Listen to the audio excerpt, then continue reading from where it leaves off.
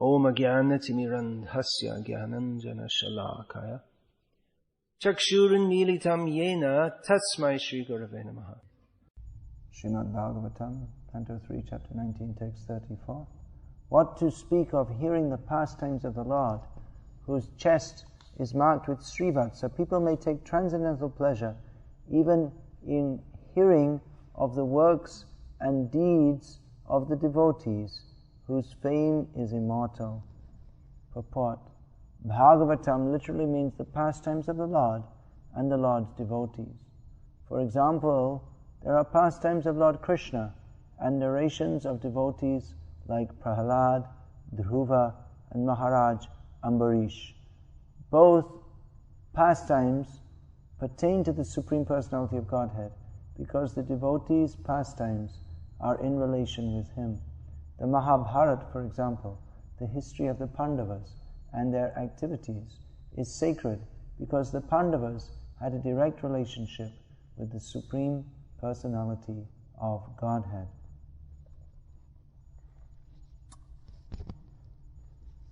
Bhagavan means the Supreme Personality of Godhead, and Bhagavat means that which is in relationship with Him. Ek Bhagavata Baro, Bhagavata Shastra, Ar Bhagavat Bhakta Bhakti Rasa Patra. There are two kinds of Bhagavat, of which the one is stated here to be greater, that is the book Bhagavat, and the other is the devotee, is also called Bhagavat, because Hare Krishna, he is the receptacle or the abode of Bhakti Ras, loving exchanges in devotional service with Krishna. So the Grantha Bhagavat or book Bhagavat is greater, that is Bhagavan actually, in relation to Bhagavan and also Bhagavan. This is the literary incarnation of God. Bhagavatam is non-different from Krishna. Krishna Tula Bhagavat Vibhu Sarvashray Prati Shloke Prati Akkare Nana Artha Koi. Chaitanya Mahaprabhu said that Bhagavatam, the book Bhagavatam, is equal to the Supreme Lord. As He is powerful, Bhagavatam is powerful. As Krishna Himself can give all shelter to all, so the Bhagavat. And in every verse and in every syllable, so many meanings may be found, although of course ultimately all meanings pertain only to Krishna and pure devotional service. Prabhupada often used to say that the person Bhagavat is even more important than the book Bhagavat, which appears to contradict the statement which I just quoted of Sri Chaitanya Charitamrita. But ontologically we can understand that the devotee, he has to follow the Bhagavat. Cannot be a devotee without following the Bhagavat. He is understood in terms of the Bhagavata Shastra. Not that the devotee will make the Shastra, but the Shastra defines how a devotee is a devotee. But from our perspective, so the Bhagavat, the devotee is subordinate to Bhagavan and to Shastra. But from our perspective, the devotee is even more important because we have no access to from the conditioned soul perspective, we have no access. Is there any sound coming from this? Hare Krishna. It doesn't seem like it. We have no access to the truth of the Bhagavat Tattva Vigyan, without going through the devotee. The devotee delivers Bhagavan. Krishna Shri Tomar, Krishna Dite Paro, Tomara Shakati Ache. Devotee gives Krishna. The devotee gives Bhagavatam. Once Prabhupada was asked about this, why the devotee Bhagavat is considered more, why Prabhupada considers it more important than the book Bhagavat. Prabhupada said, because he can pull your ear. Bhagavat we may take or leave, but the devotee won't allow us. He'll scold us, you rascal, why are you not Krishna conscious? He'll pull our ear out of his kindness. So Bhagavatam is the narrations of Krishna and his devotees. Everything about Krishna is non-different from him. So Bhagavatam is his narrations of his Nam, Gun, Rup, Leela. So non-different from him. And devotees also appear in Bhagavatam. So Bhagavatam is non-different from the devotees also. As Prabhupada notes, in the beginning of the Bhagavatam, in the first canto, the fourth chapter or fifth chapter, says that in the description of Narad Muni coming to Vyasa Devi, he refers to Narad Muni, who has so kindly appeared in these pages of Bhagavatam.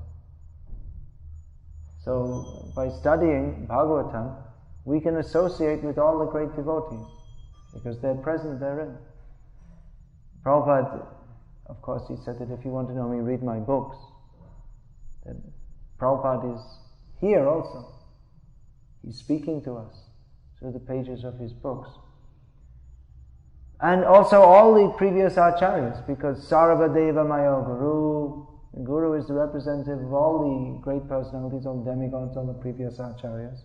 And because every acharya in his commentary, especially Prabhupada has done this, has distilled the essence of the previous acharyas' commentaries. So Prabhupada said that by reading my books, one gets in touch with the previous acharyas, because all their realizations, all their explanations, he's given the essence of that. He would study the commentaries of previous acharyas and then give his commentary, as is required for us, what we require to know, what is most important for us, because there are so many commentaries on Bhagavatam. Prabhupada studied 13 in giving his commentary. There are 12, he had these big books with 12 Sanskrit commentaries that comes in one book, and then he'd also study the commentary of his own Guru Maharaj in Bengali, which again, that in the commentaries of previous acharyas are there. So different stages of commenting on the Bhagavatam, he would follow different commentaries more than others, but he accessed all the previous acharyas, and then with direct inspiration from Krishna, Prabhupada said, Krishna is telling me what to write. He's standing with me. So in this way, Prabhupada gave his commentaries by which we can come in contact with all these great personalities. The greatest personalities, Purushottama, the greatest of all personalities, is the personality of Godhead. And so many great personalities, measured not in terms of here we see the names are given of Prahlad Maharaj, Dhruv Maharaj, Ambarish Maharaj. Their greatness is not measured herein in Bhagavatam in terms of their ability to rule over the world. The Bhagavat concept of greatness is not in terms of one's ability to imitate the Supreme Personality of Godhead. Greatness in this material world, one is considered great as much as he falsely demonstrates the potencies of the Supreme Lord. Aishvaryasya samagrasya viryasya yashasya shreyaha jnana vairagya yoschayarap chaiva shandang bhaga itingina. The qualities of the Supreme. He has unlimited qualities of Bhagavan, but particularly Parashara Muni has noted that the Supreme Lord is full of all wealth, Aishvaryasya samagrasya, for all power, all fame, all beauty, all knowledge and renunciation. So anyone in this material world who has some wealth is considered a great person. Bill Gates is considered he's a great person of contemporary America and even the world. He's known throughout the world. Not that his products are great, but somehow he's been able to market them and make lots of money. So he's famous for that. It's just an example. This is not the Bill Gates class, it's the Bhagavatam class.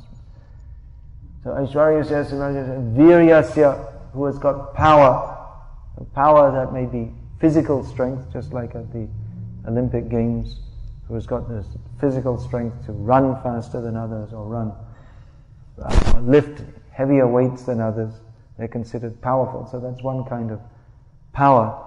Another kind of power is political power. If one can dominate others and take power, then it's considered very powerful. Just like this Saddam Hussein, he became great by his ability to politically subdue others.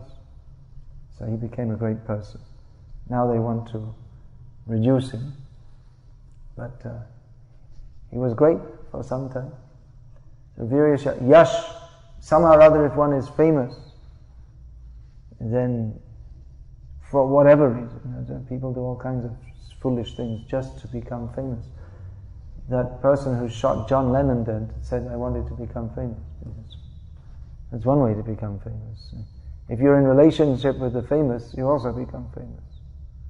So people, they like to introduce, yes, I'm a friend of Bill Gates, or George Bush was my next door neighbor, or something like this. So we like to introduce that, yes, by association with others, one can, somehow or other, if one becomes famous. Eat a car. Someone got put in the Guinness Book of Records for eating a car. How do you do that?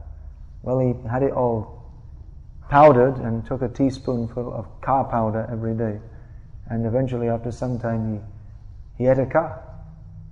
Don't know what it did to his internal system, but he got in the Guinness Book of Records. Foolish thing to do. Some kind of fame. So, if anyone who's famous, generally one becomes famous by these other opulences, but if he has these, somehow or other, if one can become famous, then that is also an opulence. Yashasha, Shriyaha, beauty, one who's got beauty. So like this, they have the Miss World contest and Miss Universe contest, and famous fashion models and movie stars.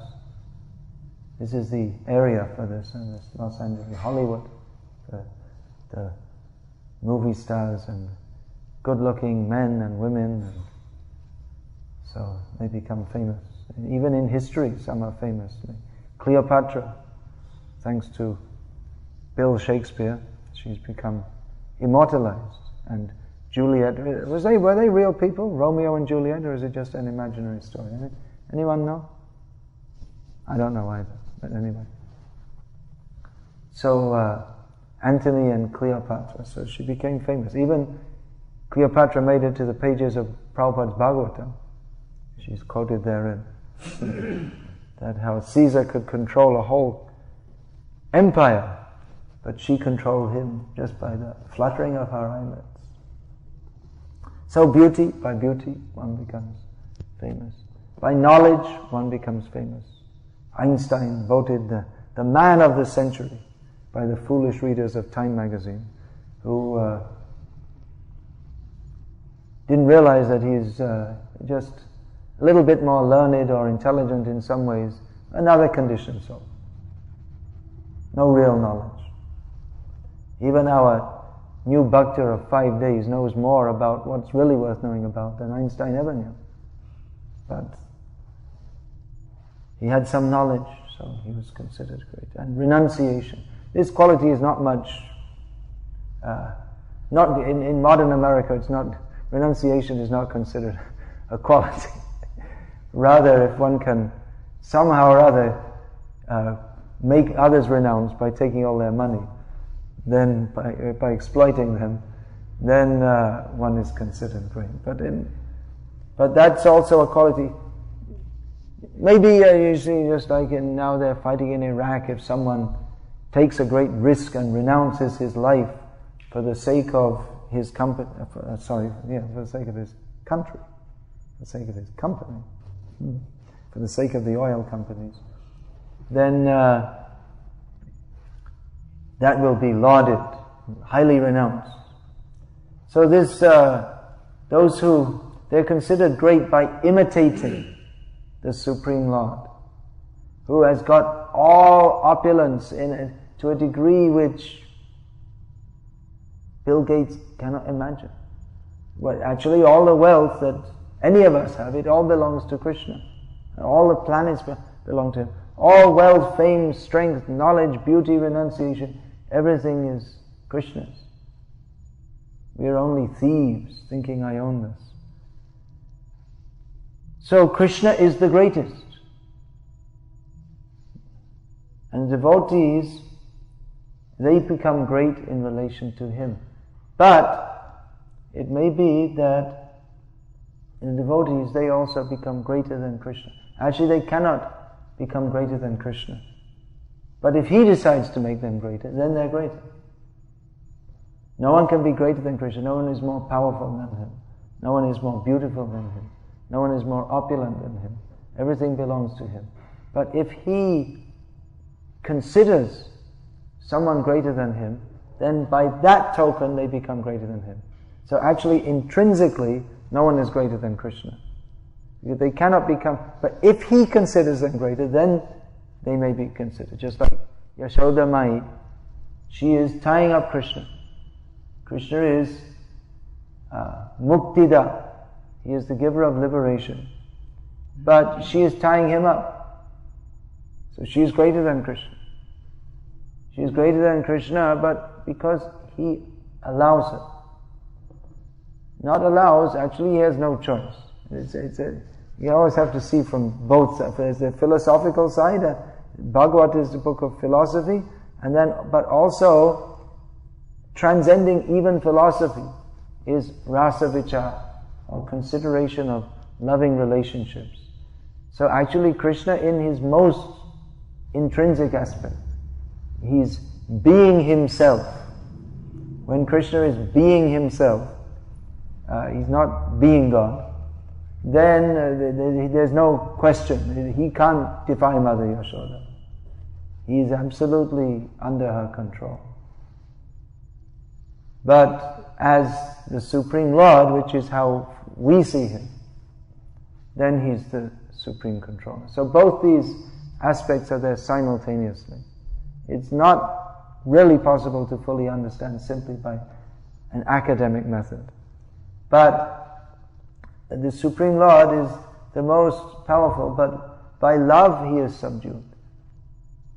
Therefore, the devotees, they become even greater than Krishna. Nemam varincho nabhavo nashir apyanga ashraya prasadam lebhire gopi tat prasadat vimuktidat. That Mother Yashoda got more mercy from Krishna than even Shiva or Brahma or even Lakshmi, who is always on his chest. She was able to tie up Krishna, who's tying up everyone else, who controls everyone else. So this, the Bhagavad cult is beyond theism, more than theism. Theism means to accept God, but mostly people accept God as their order supplier. They don't really understand it. What is called theism is not actually theism. They say they believe in God, but they don't really understand who He is. They think God is an order supplier in the sky. That's all. His job is to give us this and that. But real theism begins when we understand what God wants, what we should do in relationship to Him. So what He wants, He's not that interested in being God. Prabhupada told the story of William Gladstone, Prime Minister of Britain at the time of the Empire. And a man had an appointment to meet him. So he's waiting outside Gladstone's office. And the time for his appointment went, and he was waiting and waiting and waiting, and he was thinking, well, he must be doing some very important work inside his office, because he's the Prime Minister of the whole British Empire. So he thought, let me just peek in his door and see what he's doing. I may not get my chance to see him, and my appointment may just be cancelled, but let me just see him, the great man, what is he doing? So he peeked inside the office and saw William Gladstone, the Prime Minister of the whole British Empire, with multiple responsibilities, down on his hands and knees with his young grandson on his back saying, "Get up, horse, get up, horse."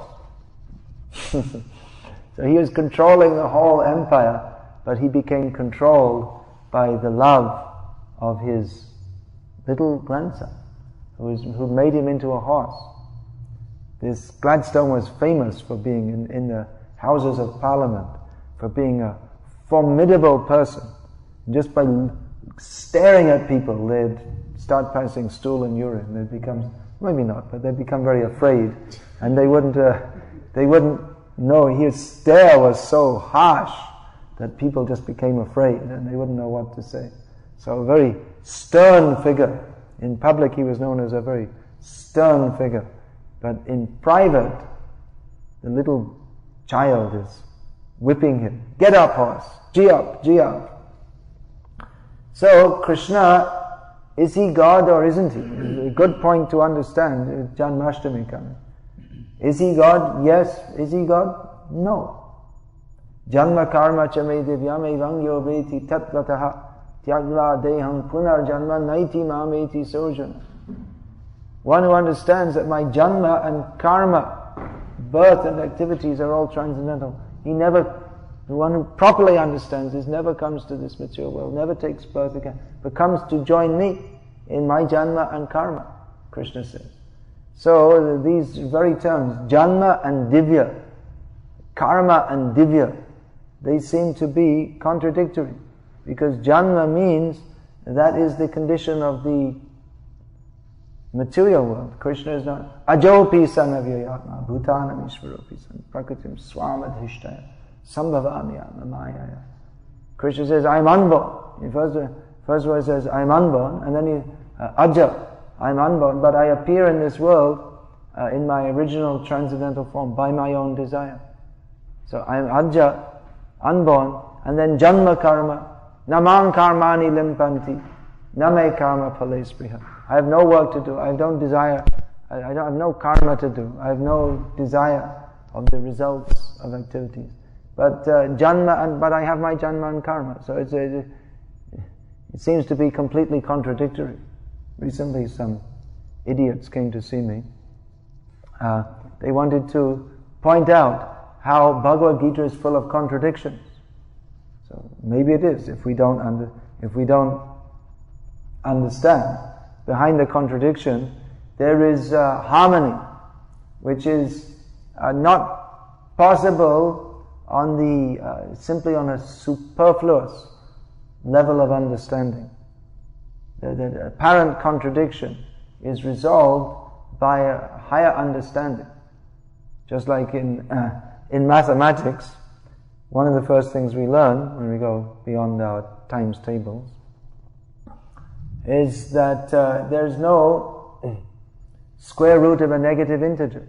It's not possible, because if you multiply any negative integer by any other negative integer, then minus times minus equals plus. It becomes positive. So that's an axiom in mathematics. But then if you go to higher mathematics, then I gotta watch out what I'm saying here. I only got this from Sadhaputta, so if I'm wrong, argue with him. So in higher mathematics, the square root of -1 is required for solving various problems. So how is it possible that at a higher level that is understood? Similarly, in physics, whatever they teach you at first, classical physics, you learn all of that. And then if you want to go to higher physics, you just have to throw it all out practically. whatever you learn, it's no longer applies. So we learn all about various the particles within the atom, and then later on you learn that there aren't any particles. So there aren't any particles. There's just waves of energy. And if you try to make a particle and try and examine it, you can't find out where it is and what speed it's moving at. It's full of contradictions, apparently. But that's even in material subjects. So what to speak in the subject of the Supreme Personality of Godhead, by whom all this comes into being. We can't even understand this material world, so what to speak of Him? Yato va imani bhutani jayanti yena jatani jivanti yat prayat abhishang vishanti tad brahmeti tad vijigyasasva tad brahmeti. The Supreme is that from which everything comes, by whom everything is maintained, by whom everything is ultimately destroyed. This is the proper subject of inquiry. This is the absolute truth, Brahma. So this apparent contradiction, Krishna is unborn, he says. Then who can understand my janma and karma? This is transcendental. There's the clue. By being transcendental, this janma and karma, that brings it to a different platform. When Janmashtami, Krishna's janma, but not born, not born according to his karma, not born because of some previous residual sinful or pious reactions, but that's already said. Atma Maya, Sambhavami, Atma Maya. I come through my own desire, Krishna comes. So that's only a play, his being born in this world, and his activities. Lila means just like a play. Krishna, Jotek Kela, Sarvotam, Nara Lila, Nara Bapu Taha Sharup. Krishna, all his activities, it is play, just like his talking, kata ganam, natyam gamanam. In the spiritual world, talking is singing, and walking is dancing. So similarly, Krishna's activities, it's not like us, we have to go to some factory or office or do some work. But Krishna, all his activities simply play. That's all. Krishna Jotek Kela Sarvotam Naralila. Of all his different plays, he's playing as a fish, as a kachap, tortoise. Then there's Varaha, there's boar, Narasimha, the man, lion. As Vamanadi, the dwarf. So all these different forms of the Lord, the topmost is that which appears to be like human-like. Because his original form is human-like, we can say. We say human-like because we consider ourselves humans, but rather man is created in the image of God. So it's not that Krishna looks like a human being, but the human being looks like Krishna. When we say Krishna's lotus feet, it doesn't mean that Krishna's feet are beautiful like a lotus, but it means that the lotus is beautiful like Krishna's feet. So from our perspective, because we're upside down, our way of thinking is back to front, we may think that Krishna's lotus feet means Krishna's feet are beautiful like a lotus. But rather it's giving better to see the other way around, that the lotus is glorified by being compared to Krishna's feet. Yes. So Krishna's janma and karma, all just a play, all play. At the same time very serious. Because by understanding Krishna's play, that it's not anything of this material world, then we no longer have to take birth in this material world. But we go to join that play.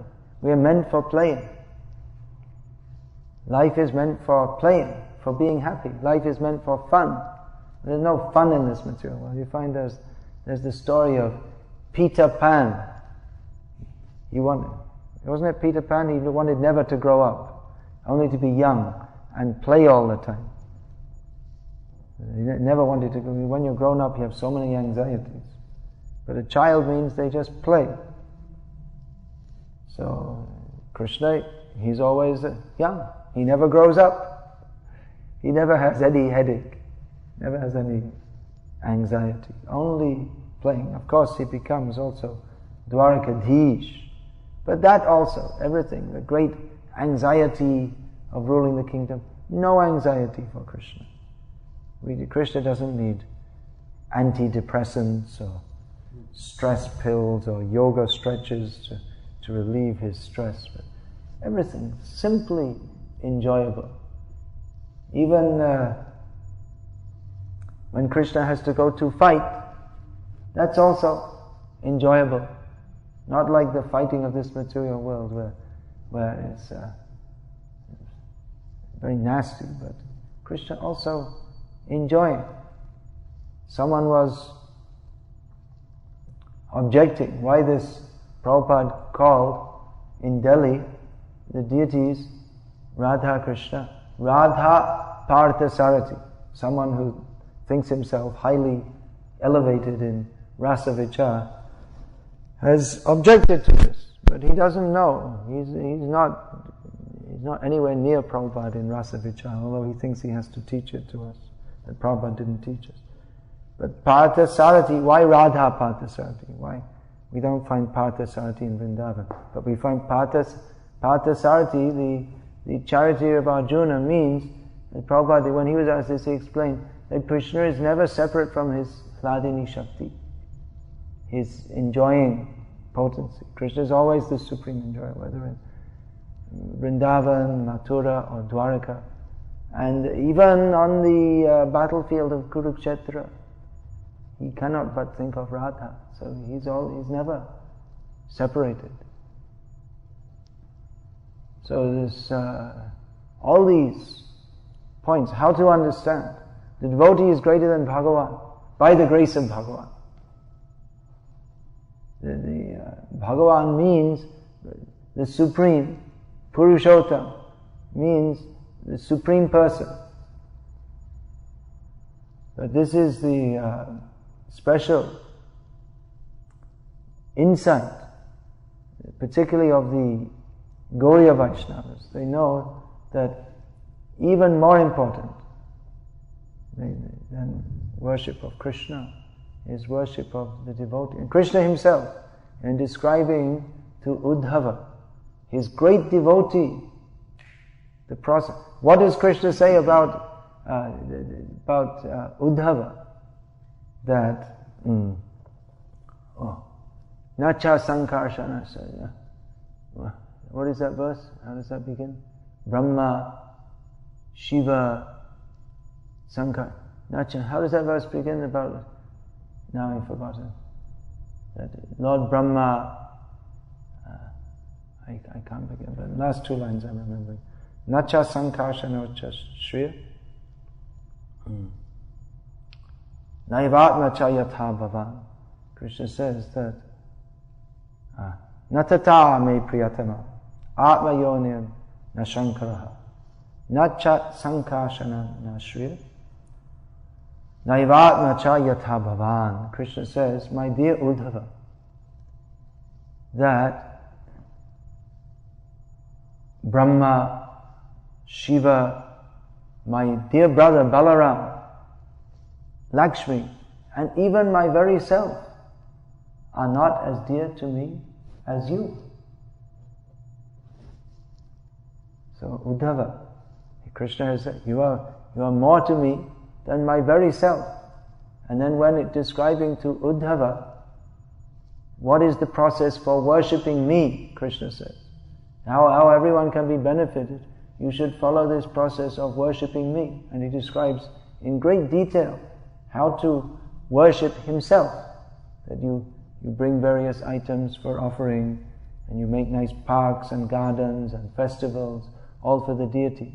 And also, he mentions in the Mad Bhakta Puja Vyadika, all these items I'm telling you for worship of me, but you worship my devotee more than me. Worship of my devotee is more than worship of me. So the Gauriya Vaishnava Sampradaya, Sri Vaishnava Sampradaya, and even more so Gauriya Vaishnava Sampradaya, they have picked up on this point. How to satisfy Krishna. Krishna likes if his devotees are satisfied. How will his devotees be satisfied? Not by offering them sense gratification, because they have no interest. But devotees will be satisfied if a devotee means they're a devotee of Krishna, so they like to hear about Krishna. So if we can facilitate them in their service to Krishna, speak to them about Krishna. Just like Madhavendra Puri, in his final days in this world, he was showing the pastime of being sick. So Ishvara Puri took the opportunity to serve him physically and also speak to him about Krishna's pastimes. Madhavendra Puri was most satisfied and gave him the benefit. As a result of that, Ishvara Puri was able to have as his disciple, best disciple, Krishna Chaitanya Mahaprabhu. Better disciple could not be had, because he's the Supreme Lord in the mood of his own devotee. So Bhagavatam especially is magnifying the glories of the devotees. That Narada Muni chastised Vyasadeva. You have not properly described Bhagavan. Here and there, bits and pieces you have described, but you don't. The whole purpose of the Vedas is this bridge preaching of Vyasadeva, so-called bridge preaching. A little bit of demigod worship here and there, a little bit of yoga, a little bit of karma kanda. But the real aim is to bring people to Krishna consciousness. Everything else is actually useless. Narad Muni chastised. Jagupsitam. This is abominable. All this stuff you've written, all rubbish. Place of pilgrimage for crows. You didn't directly describe Tadvag Visargo Janatagavitna. Yasmin Pratishtokam Abadhavat Yapi Namanyanantasya Yashankitani Yachchidvanti Gayantikunanti Sadhava. What the saintly people are interested in, they're not interested in demigod worship or karma kanda or jnana kanda or yoga or anything. Kunda, what was this? Kundalini Shakti, releasing it through the different chakras, and so many things may be there in the Vedic literature and supplementary Vedic literature. But those who are actually wise and honest, saintly persons, they will hear about, sing about, and accept the glorification of the unlimited Supreme Lord, and nothing else. It is the only purpose of life, is to glorify the Supreme Lord. So Bhagavatam is compiled for that purpose. But Vyasadeva very intelligently, understanding the purpose of the Lord, glorifies Him in relationship to His devotees. How is the Lord to be glorified? Only in relationship with His devotees. How will we know His greatness? In relationship with His devotees. If we don't recognize the devotees, then that's impersonal. Because then the impersonalists, they take the absolute truth, have no name, form, qualities, pastimes, activities, associates. So the Supreme Lord is supreme, or supreme over what? If there are no devotees, then how is He supreme? In relation to whom? The king, the king without a kingdom, king without any subjects, just the title. In America, I think they have something like that. Some dukes or something from Germany, but they have no duchy and no subjects, and just the name is there. So it's completely meaningless. So king without kingdom, just the title, God, we believe in God. And they don't know who He is, or what He's doing, or what He looks like, or who His devotees are. It's completely meaningless.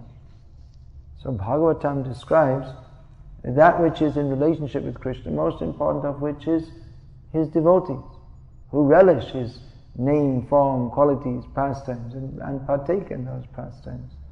So, Bhagavatam, we find everything about Krishna and his devotees who are inseparable from him. Sadhavo hridayam mahyam sadhunam hridayam tvaham aranyate najananti naham tebhyo managapi. Krishna is told that the devotees, they're in my heart and I'm in their heart because they know nothing but me and I know nothing but them. So this is to be preached. People should know this. That theism doesn't mean just to worship some God who gives us this and that, but beyond theism is to understand God as he likes to be. God with his grandson, in that example of Gladstone. God with his devotees, being himself, doing what he likes to do. This is beyond the standard of theism of this material world. And the materialists, what will they understand? Because they think, I should enjoy and God's function is to help me in my enjoyment. So it's actually it's a kind of, in the name of believing in God, it's a kind of envy of him, that you should, not recognizing he's the supreme enjoyer, but rather wanting to become a co-enjoyer along with him. But the devotees are so glorious because they have no desire for their own personal enjoyment. They only desire to do everything for Krishna's enjoyment. And therefore Krishna, seeing that, he reciprocates and provides them with all enjoyment. What will they enjoy? They're not interested in enjoying sense gratification. So they can only enjoy the pleasure of being with Krishna, and Krishna gives that. And sometimes Krishna withdraws himself so that they can, the pleasure of being with him will increase more and more. So this is wonderful. This is far beyond the standard of anything that goes on in the name of religion in this world. Because this is Atma Dharma. This is the actual religion, not some imagined religion. Or this is actual religion. Means dharmam tu sakshat bhagavat pranitam. That which religion means to understand what God wants of us, what he wants us to do, and to act accordingly. So what does he want to do? Well, in the beginning, just stop being a complete rascal and do what he says. But later on, if one stop eating meat and wine and chant his names and follow so many rules and regulations. But later on, or in the advanced stages, if one may actually please him by tying him up. You have to be pretty advanced to do that. Or chastising him in love, not to be imitated. Imitation will cause destruction. But we can see what is the position of the devotees. Better we worship those devotees. That's more useful even than Mad Bhakta Puja Vyadika. Those who are so great, they can control Krishna by love. Therefore, that verse I quoted yesterday, that Shrutim apare smritim itare Bharatam manye bhajantu bhavabhitaha ahameha nandan vande yasyalinde param brahma. That some, they worship the Shruti, others the Smriti, others are very adherent to Mahabharata and all the injunctions therein, because they are very afraid. They fear God. They're afraid. If you don't believe, you will burn in hell forever, or something like that. They're afraid of material existence. But those who are actually on the platform of love of God, they worship Nanda Maharaj, seeing that supreme absolute truth personality of Godhead is playing like a little child in his courtyard, and sometimes bringing the shoes of Nanda Maharaj on his head, struggling to pick them up. He who supports the whole universe is little boy struggling to put Nanda Maharaj's shoes on his head and toddling and bringing them to him. So Bhagavatam describes pure devotional service. What is the position of the devotee? How glorious is the devotee? It's even more glorious than that of Bhagavan, which is proved by Chaitanya Mahaprabhu. That he has got everything. Krishna has got everything. Everything is meant for his pleasure, but he's not satisfied.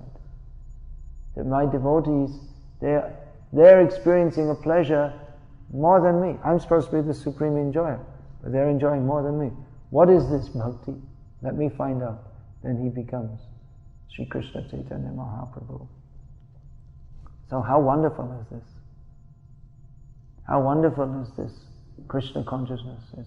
There's no comparison with any mundane religion. Anything apart from this, it's not transcendental religion. It's not janma karma cha me divyam evam yoveti tatvata.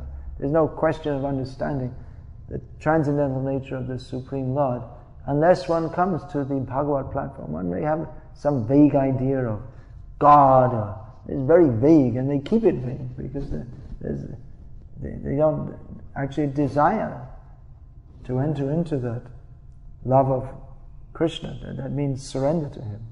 But you keep it vague. You get something from Him, but just kind of vague. Vague means no commitment. But when we know Krishna as He is, then there's no choice but to surrender to Him. So this is actually religion. Otherwise, anything which is going on in the name of religion, what is that? Pritivite, joto kata, dharma nama chale bhagavata kahitaha, paripurna chale. Whatever is going on in the name of religion in the world, outside of this Bhagavad principle, according to the Bhagavad, it's all simply cheating. It won't, because in the name of religion, it won't actually help us to re-establish our loving relationship with Krishna. Hare Krishna. I'll finish that. Are there any questions about this? Or comments from the learned devotees? Thank you for that, Maharaj. What was it? I thought the contradiction in Bhagavad-gita is because I didn't let them go that far. I just pointed out the contradictions in all the things they've told to me so far. And I just kind of chopped them up and threw them out pretty quick. There's an example I gave myself. Krishna says, Aja, ajopi sanavyayatma, then janma karma cha me divyam. Then he says, Shriyan sradharma vegona paradharma dayavahat. It's better to perform your own duty than others' duties. Then sarvadhaman parityaja. Give up all varieties of dharma. So these are apparent contradictions. One has to go deeper to understand.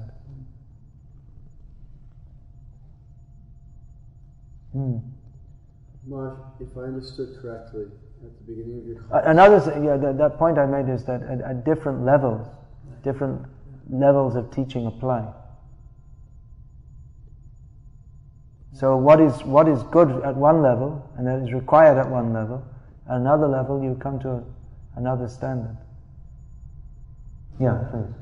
Marsh, if I understood you correctly at the beginning of your class, you made the point that we have both the book Bhagavad and the person Bhagavad. And then you mentioned that the person Bhagavad was more important, but then you said that ultimately that person Bhagavad is dependent on the book, Shastra, for their standard of behavior. One is Bhagavad. How one is Bhagavad is defined by Bhagavata Shastra.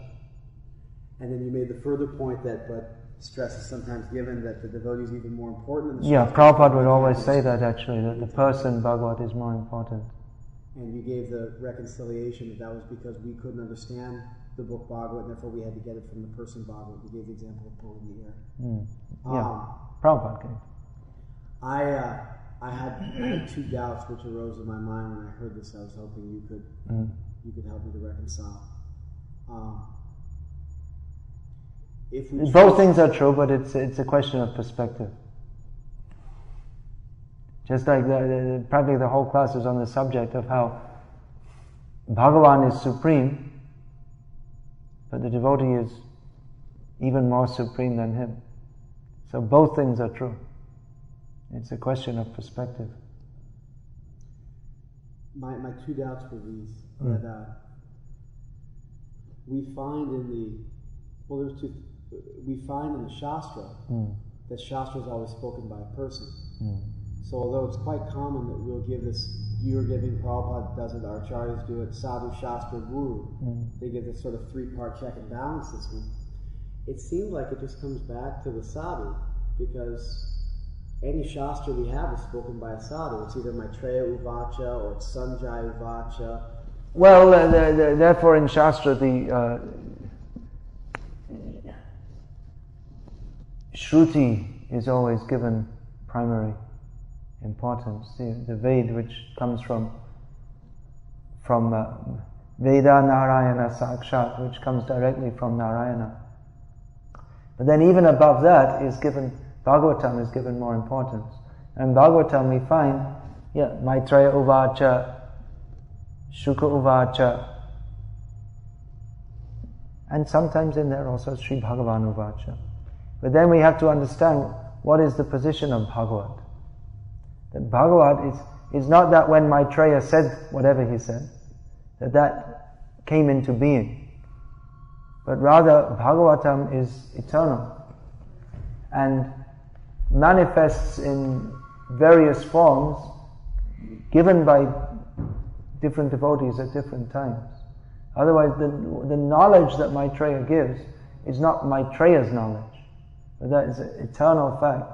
Bhagavatam is eternal and is manifested in different universes, in different times, through different devotees. My second doubt, thank you, Maharaj. My second doubt was, if we're not able to understand what the Shastra says, then we would be unable to judge the character of a person and find out whether they were worthy of being considered a sadhu. So it seems like we're left with a quandary. Or a logical loop where. Therefore,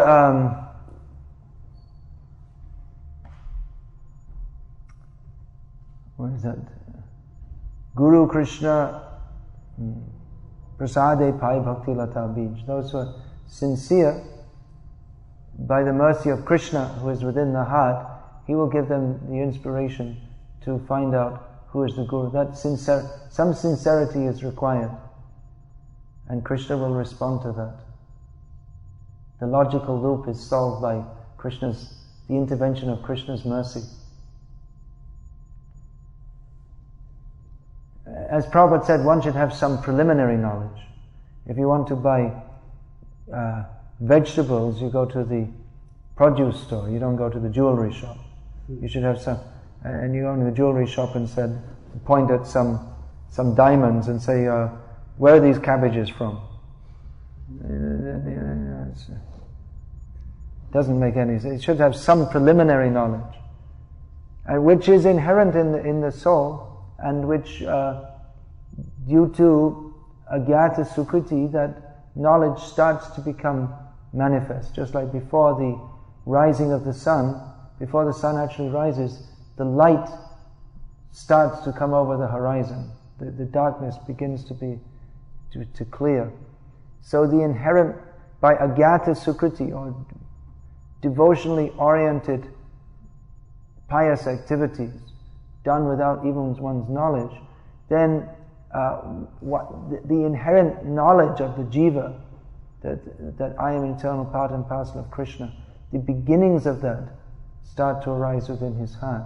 And therefore the desire to find sadhu, and the desire to understand sadhu who can direct us to God, desire to understand God, that arises within the heart.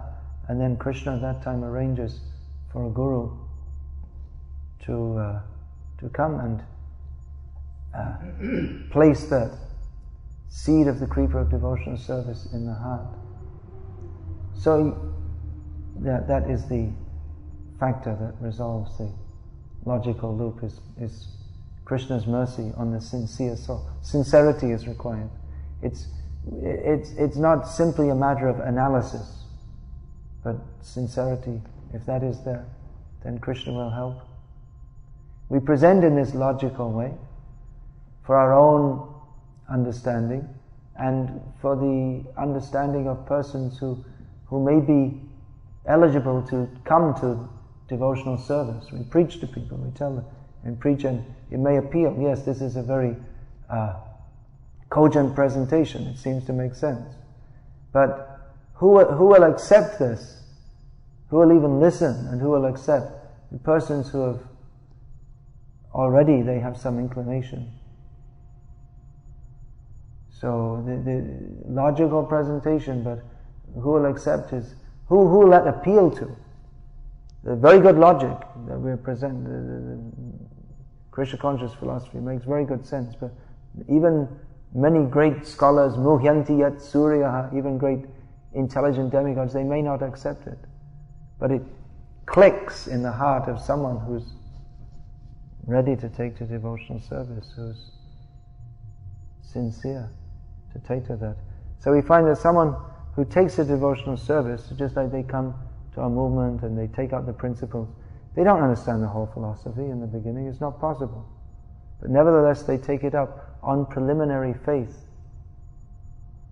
And that preliminary faith is generated by association. Generally that's generated by association with devotees. When we see that that was certainly in my case, that when I saw the devotees, I understood immediately that they've got something which I haven't. They're on a platform of spiritual. They're on a spiritual platform. It's very apparent in the way they were living and the brightness of their faces and the joy. And then they were talking about and about Krishna and living for Him. It was quite apparent that they had attained a level of, they were on a spiritual platform which I wasn't on, which I wanted to come to. So faith is created by association with devotees. Ultimately, you see, faith is required. Simply logic alone can't take us anywhere in any field. Even if we were to walk down the street, we have to have faith that the pavement, the sidewalk in front of us won't collapse. Now, that may say, well, why do you have to have faith? Because you think you don't need faith, because whoever heard of a sidewalk collapsing? So, but we can say it's reasonable faith, because when you see it, it looks solid, and so many other people have walked on it, and there's no sign saying danger, and so it's reasonable to. But ultimately, it is faith. We have faith that the earth will support us as we walk ahead. When we drink water, we have faith that someone hasn't put some cyanide in it. We have faith that it's good for us. It's beneficial. So everything we do at every moment rests on faith. But there's reasonable faith and unreasonable faith. People say, well, this religion is just faith. It's not just faith. There is faith, but it's reasonable faith. At least in the Bhagavad culture, it's reasonable faith, upon which philosophy is expounded, and that's true in every field of knowledge. If you, even the most simple mathematics, 1 + 1 = 2, one has to accept the axiom that the figure 1 represents an indeterminate object. So one has to have faith one has to accept the process of mathematics before you can even enter into it. If you say, well, it's just a line on a piece of paper, what's that got to do with anything? It's just a line on a piece of paper, but because it's an accepted, within mathematics, it's accepted as an axiom that this figure, this straight line, represents, it abstractly represents any object. So then you can enter into mathematics. And if you don't accept, then you can't enter into it. So in any discipline, there are certain axioms which are given, which have to be accepted. Otherwise, you can't even begin.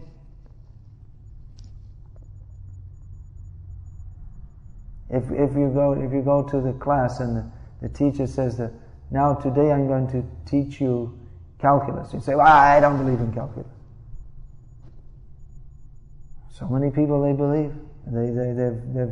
They've gone through all this and they've applied it practically. But if we say, it's just some funny line and some numbers, and then what progress can we make if we immediately reject? That we can't understand it, we may just reject. It doesn't mean anything to me.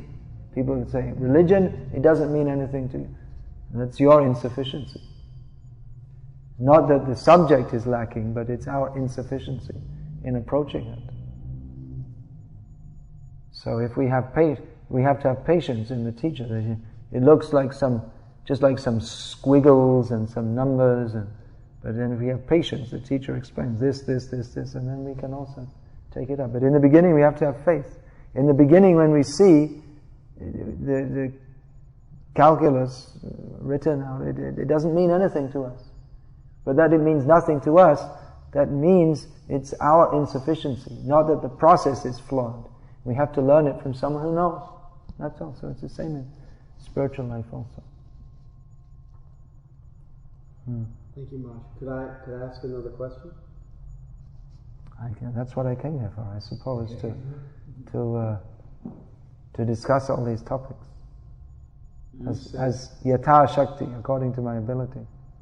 You said during the class that Mother Yashoda is binding Krishna, and that some people are not seeing Krishna as God, they're seeing Krishna in a more intimate way as He Himself is most naturally, most intrinsically. And you said, but we see Krishna as God. You made this point, explaining that we should have some vision of Krishna as Aishwarya, that's appropriate for us. So I have read in various books written by our acharyas where we're actually cautioned against seeing Krishna according to his godhood or according to his sarvagyata or his Aishwarya.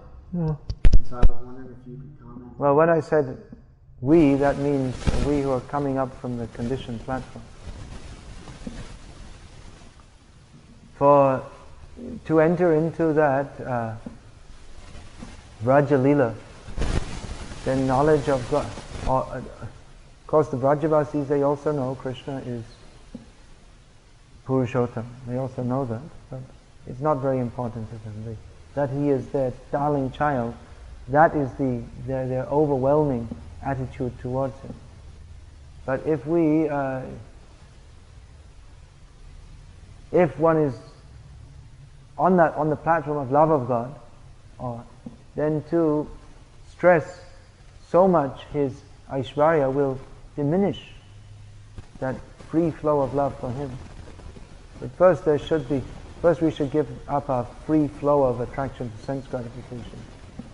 Otherwise, if we prematurely, before we come to the platform of attraction for Krishna, if we try to see Him as this only in terms of His being lover, son, friend, then because our attitude is one of Ishvara aham bhogi, I am the controller, I am the enjoyer, then we will take Krishna as the object of our enjoyment. So first we have to be purged from that diseased attitude and recognize that He is the controller, He is the enjoyer, I am subordinate, I am meant for His enjoyment. Then only it is favorable to cultivate when one is fully purged of the desire to enjoy separately from Krishna, then it is suitable to even forget that He is God for His enjoyment. So that we can become more enjoyable to Him, it is good to forget that He is God. But if we're still thinking in terms of our own enjoyment, and we don't recognize that He is the supreme controller, He is the supreme enjoyer, then, like everything else, we will take Him as an object of our enjoyment. And this is why premature jumping into Vraj Lila is not recommended, because then that's called sahajya, taking everything very cheaply, without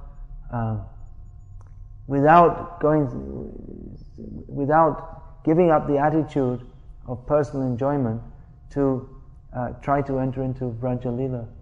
And what happens is they take it as their own enjoyment, and you see that they'll judge what is a good. They say it was a good kirtan. I really enjoyed it. Oh, that was a really good drama of Krishna Lila. I really enjoyed it. We hear this all the time. But if I enjoyed it, then it's not meant for our enjoyment. It was a really good kirtan. How can we say it's a good kirtan if we feel that, if we can sense that, yes, that was enjoyable to Krishna. So these rules and regulations are there not to be discarded, because we have the tendency to act in a manner for our own enjoyment, even in kirtan. They say, oh yes, I'm enjoying so much. But no, it should be what is pleasing to Krishna. We have to see what is pleasing to Krishna. Otherwise we become sahajya. I shall enjoy Krishna. But by this attitude, in the name of Krishna consciousness, one falls into gross sense gratification, because we cannot enjoy Krishna. It is not our dharma to enjoy Krishna. It's our dharma to serve Krishna. So one can enjoy Krishna when one is free from the desire to enjoy Krishna. What is it that bhukti mukti spriha yavat pishachi vidivartate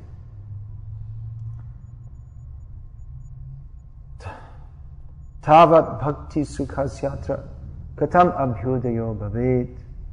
As long as the witch-like desires for bhukti, material enjoyment, and mukti, liberation from the material world without surrender to Krishna, as long as these desires are in the heart, then the enjoyment of bhakti can never arise within the heart. So yes, Krishna consciousness is enjoyable. But if we think, I shall enjoy, then we miss the point.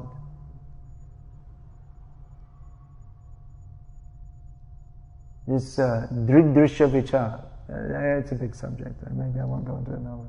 Bhaktisiddhanta Saraswati Thakur said, this is the basis of everything I have to teach. Just to understand who is the seer and who is the seen.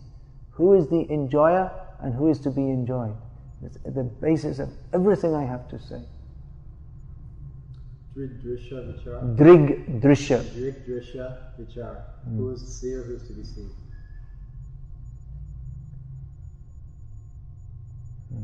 Can I ask another question, Mark? Go on. You may go on all day. I know what you're like. You want to sit? You look like a tiger is going to jump on me. You like to sit? Like to sit a little relaxed. You have a bad back or what? Yeah, I want to accentuate the curve in my back, so I don't get back pain ready today. I'm doing something like that too.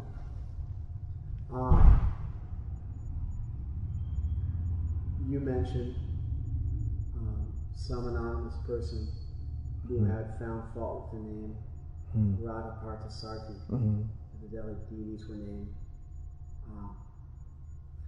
And I was wondering, a doubt arose in my mind, that Rupa Goswami and other of our acharyas, including Chaitanya Mahaprabhu himself, at least according to Krishnadas Kaviraj, they make a distinction between Krishna after he crosses the Kurughat and Krishna on the Vrindavan side. And that becomes Vasudeva Krishna, who has 4 arms, and who is Mathura Disha Dwarkadisha. It is not the same Krishna. Not the same in one sense, but in another sense, yes, the same Krishna. Not the same in the sense that that form is no longer attractive to the Brijbasis, which is why there's this extended conversation between Chaitanya Mahaprabhu and Vallabha Bhatta in the Madhya Lila, and also that very well-known pastime when the gopis see Narayan and they offer him pranams and ask for Krishna. It's also mentioned by our acharyas. So if someone was to present these arguments, I was familiar with where Prabhupada mentions the Laguna Shakti is there in a conversation with Chutananda Akshayananda when they questioned him on this point. But if someone did not accept that conversation and someone presented these arguments, I was wondering how you would respond. We see, that's also mentioned in Chaitanya Charitamrita, how Vasudev Krishna, no, that's Brihad Bhagavatamrita, is when he hears about his Vrindavan pastimes, he becomes overwhelmed by that. So Krishna can never forget Radharani. She is not attracted to his form outside Vrindavan, but he is attracted to her form within Vrindavan. He never forgets her. This Prabhupada has revealed. And one thing we should also bear in mind, that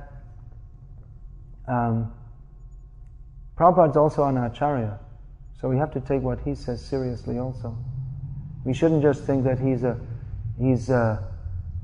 someone who joined the Gauriya Math and he went to the West and somehow he struck bingo.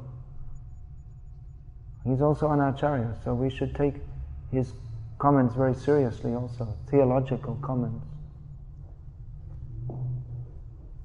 For someone who is in all terms, he may think himself more realized or something like this, but actually very junior to Prabhupada, to make slighting comments on Prabhupada's theological statements is very inappropriate, actually. You know what I'm talking about.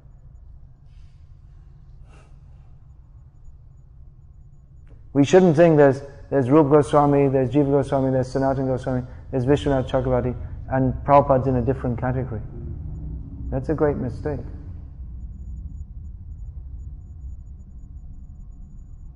So for us midgets to try to bring the statements of Rupa Goswami to contradict what Prabhupada says is foolish.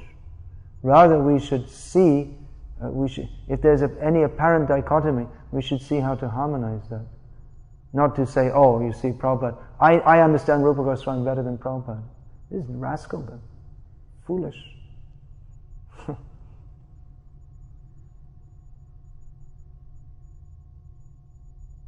I have another question. I know. But I also want to offer a comment to what you said. I found a very nice verse in the Bhagavad-gita where Rupa Goswami says that when you encounter two contradictory verses in Shastra, your reconciliation should show how they're both true and not minimize one from the other. Right, yeah. So this hermeneutical principle of reconciling statements without placing lesser importance on one is actually given by Rupa Goswami. Yeah. You mentioned that Prahlad and Dhruv and Ambarish were glorified in this purport because of their stature as great devotees, and that their kingly stature was not relevant. Not particularly for their kingly stature, although because they're devotees, that was all in relationship to Krishna. But it's not, there may be so many kings who are not glorious, so their glory comes from them being devotees. And part of that glory was that in their kingly, their discharge of kingly duties in Krishna consciousness. Here's my question. If someone was to say in the Bhagavad-gita, then we have Imran Raja Sharo Vidu, and we have Raja Vidya Raja Bhutya, which we render as the king of knowledge, but which could also be very easily rendered as the knowledge of kings, the secret of kings. We see this type of glorification throughout the Shastra, that this is the knowledge of kings. Of Rajarshis, yes. Yes. Not of Raja Duskritis, because they're rishis. Rishi means who sees the Vedic truth. So such Rajas are glorified. Not this Raja Duskriti. Not so. That they are rishi. That is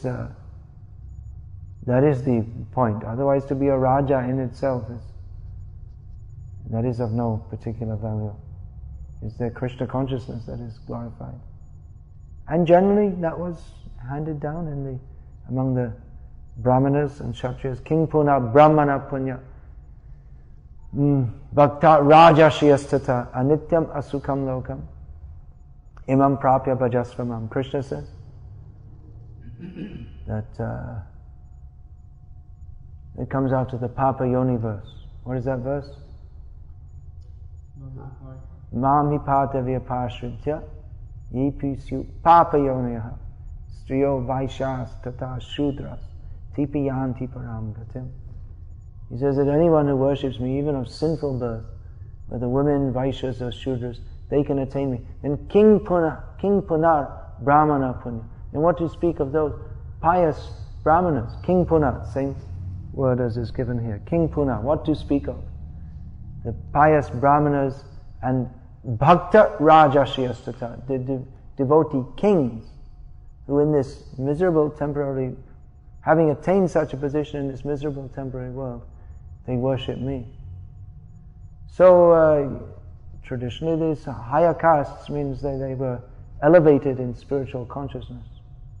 Generally, that was the culture maintained by family tradition. Hare Krishna. Srimad Bhagavatam ki jai. Srila Prabhupada ki jai. Hare Krishna.